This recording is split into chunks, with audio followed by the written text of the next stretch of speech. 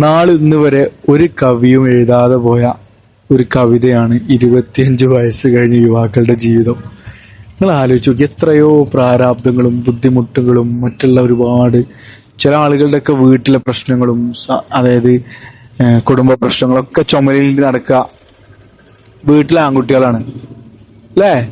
അതായത് ഇപ്പൊ നമ്മൾ സാമ്പത്തികമായിട്ടുള്ള ഭദ്രത അല്ലെങ്കിൽ എല്ലാ കാര്യങ്ങളും നമ്മളിങ്ങനെ ഒരു മോട്ടറാണ്, സ്വിച്ച് ഇട്ട പോലെ ഇങ്ങനെ പോയിക്കൊണ്ടിരിക്കുകയാണ് അല്ലേ. ഒരുപാട് പ്രശ്നങ്ങൾ, അതിൻ്റെ ഇടയിലുള്ള കുറേ പ്രാരാബ്ദങ്ങള്. പക്ഷെ ഇതൊന്നും ആരോടും തുറന്നു പറയാനുള്ളൊരു വേദി നമുക്കില്ല. അതുകൊണ്ടാണ് പറയുന്നത്, നാളിന്ന് വരെ എഴുതാതെ പോയൊരു കവിതയാണ് 25 ശേഷമുള്ള ഏതൊരു യുവാവിൻ്റെയും ജീവിതം എന്നുള്ളത്. ഇത് വെറുതെ ഒരു ഫിലോസഫിക്കൽ വേർഡ്സ് ആയിട്ട് പറയണല്ല.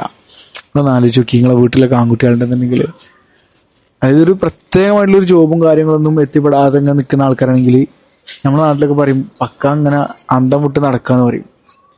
അത് ശരിക്കും അന്തം വിട്ട് നടക്കാനല്ല, നമുക്കെന്താ വെച്ച് കഴിഞ്ഞാൽ സാഹചര്യം അങ്ങനെ ആയി പോകണാണ് ചില സാഹചര്യങ്ങൾ. പക്ഷെ അതൊക്കെ അതിജീവിക്കും. പക്ഷെ റിയാലിറ്റി അങ്ങനെയാണ്.